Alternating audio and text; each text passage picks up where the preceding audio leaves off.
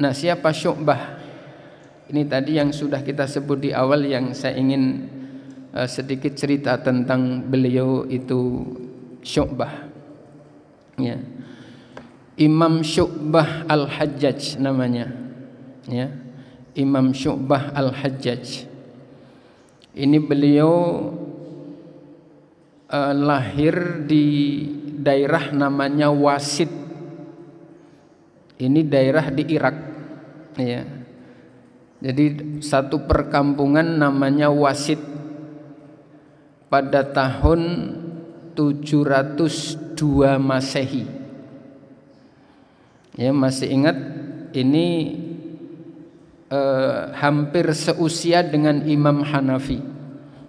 Kalau Imam Hanafi itu lahir di Kufah, sama-sama di Irak. Ya. Tahunnya adalah 699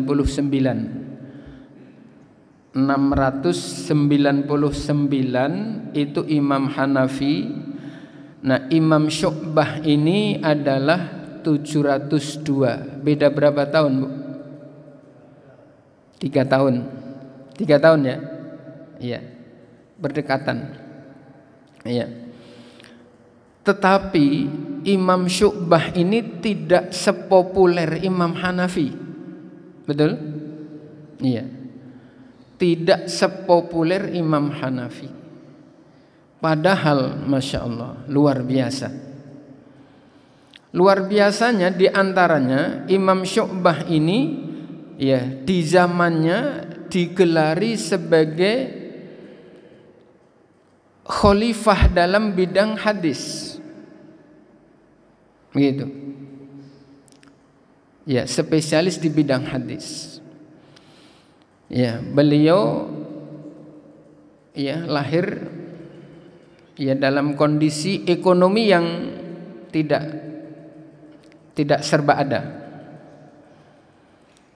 Luar biasanya beliau diantaranya adalah ahli ibadah luar biasa, sampai-sampai badannya itu kurus kering, sampai kalau dibilang oleh murid-muridnya, oleh orang-orang ulama-ulama sezamannya, kalau bahasa kita longlit, tinggal balung sama kulit. Ini saking rajinnya ibadah.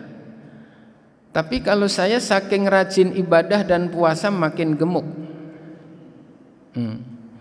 Puasa ada jus alpukat, jus mangga, ada jus. Puasanya balas dendam. Jadi puasa saya kiloannya nambah. Waduh, gimana ini? Ya. Syu'bah tidak begitu. Jadi badannya kurus kering ini benar-benar karena saking totalitas ibadahnya. Dari sisi kedermawannya, Masya Allah, ada seorang anak namanya Sulaiman Al-Mughirah.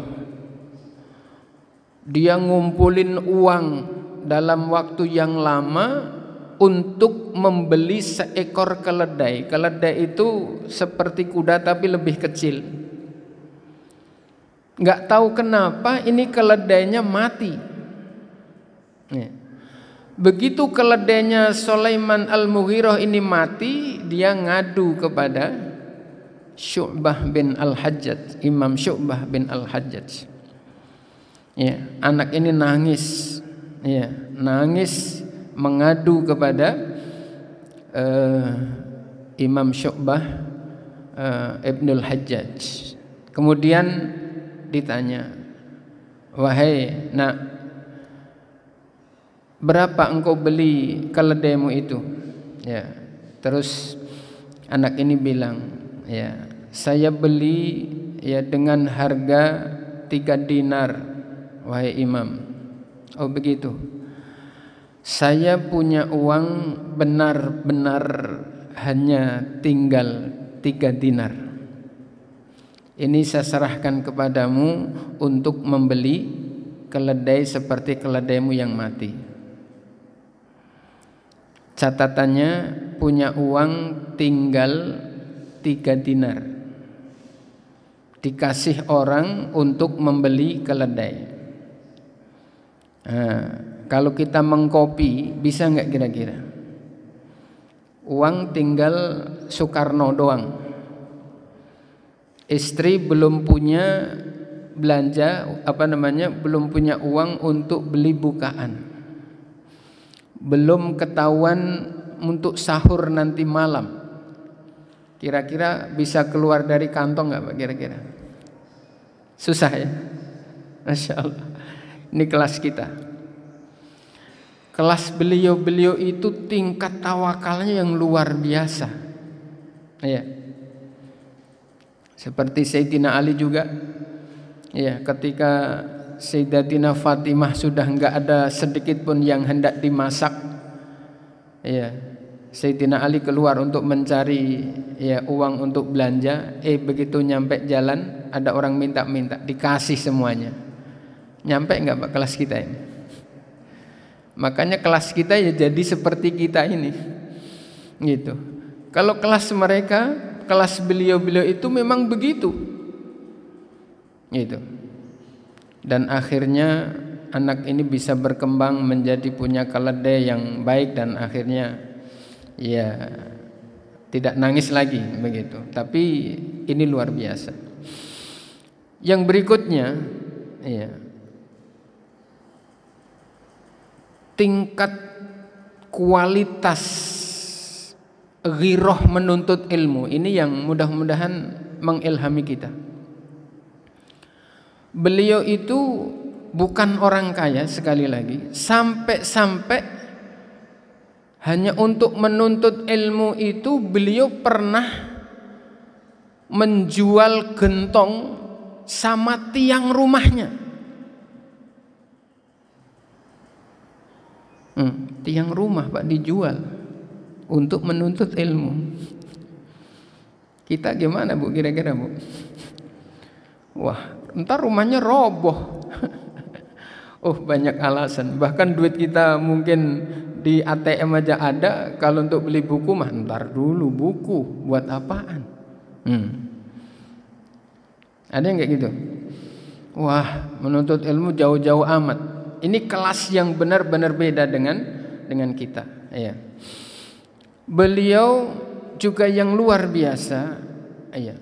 Makanya ini sampai Imam Syafi'i pernah menyampaikan, kalau saja tidak ada Syu'bah bin Al-Hajjaj, itu Irak tidak akan menjadi pusat ilmu hadis. Bahkan hadis tidak sampai, bahasanya ini mengangkat. Bahkan bisa jadi hadis itu tidak sampai ke Irak. Imam Syafi'i yang menyampaikan begitu. Kenapa?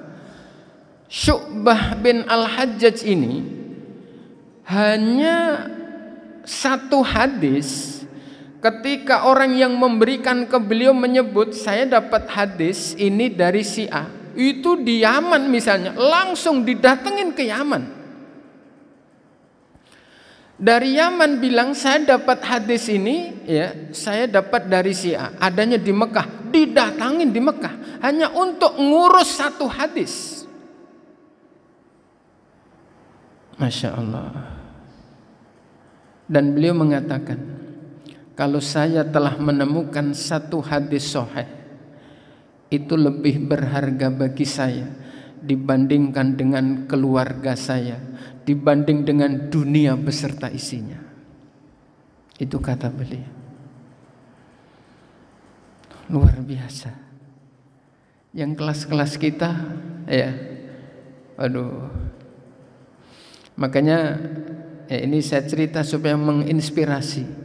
Kita Pak, usia kita kelas 60 tahun, 70 tahun, 90 tahun, jangan kendor untuk menuntut ilmu. Menuntut ilmu itu enggak ada batasannya sampai masuk liang lahat. Orang sudah kaku, udah meninggal, udah dibungkus dengan kain kafan, itu masih wajib menuntut ilmu kalau dilihat redaksinya. Utlubul ilma minal mahdi ilal lahdi. Tuntutlah ilmu semenjak turun ayunan sampai masuk ke liang lahat. Orang kalau baru dibungkus kain kafan belum masuk liang lahat. Ini redaksinya menyatakan ilal lahdi, masuk ke liang lahat. Terus ilmu apa dong yang saya cari. Kelas-kelas kita ya seperti kita ini datang ke majelis-majelis ilmu itu diantaranya untuk mencari inspirasi. Ya, ini bagian dari mencari hidayah. Inspirasi, oh ternyata salah satu cara untuk menuntut ilmu itu adalah baca buku. Buku-buku yang tentang agama yang penerbitnya jelas, penulisnya jelas, itu menuntut ilmu. Bapak membaca saja setiap huruf dapat pahala. Punya wawasan, kemudian dari wawasan ini kita bergerak bisa, oh kalau gitu saya bisa melakukan ini. Ini ilmu berangkatnya. Coba bayangkan kalau kita duduk, tidur, istirahat di rumah, ya enggak datang ke majelis-majelis ilmu, dari mana kita dapat inspirasi? Nah, ini diantaranya kelas kita untuk menuntut ilmu, ya tidak ada batasan usia, terus dan terus, tapi diantaranya langkah-langkah awal adalah dengan mendatangi majelis-majelis ilmu yang majelisnya jelas, karena hari ini banyak majelis-majelis yang tidak jelas. Iya, nanti mengarah kepada teroris dan sebagainya. Jangan sampai yang begitu, yang sudah ketahuan majelis yang menyelenggarakan siapa, ya para narasumbernya siapa yang sudah jelas, kita datang ke situ. Ya, misalnya sesekali ke sana Masjid Raya Pondok Indah sambil silaturahim sambil jalan-jalan. Masjid Raya Pondok Indah menghadirkan penceramah-penceramah yang bagus-bagus dan sama seperti kita. Nah, diajak keluarga, kalau diajak ngaji ke sini anak-anak kita enggak mau, ya yang datang udah usia 40 tahun ke atas. Nah, anak-anak kita ajak ke majelis-majelis ilmu yang ada refreshingnya. Selesai ngaji kuliner, selesai ngaji sambil belanja. Nah, itu nuntut ilmu perlu modal. Lah ini sampai tiang rumahnya dijual. Kita nggak segitu-gitunya kali. Gitu. Ya, ini adalah Syu'bah Ibnul Hajjaj. Ya. Hadirin hadirat rahimakumullah, masih panjang sekali cerita tentang beliau, ya, tetapi sudah 8:30. Ya, pertanyaannya enggak banyak ya. Enggak, ya. Ya. Jadi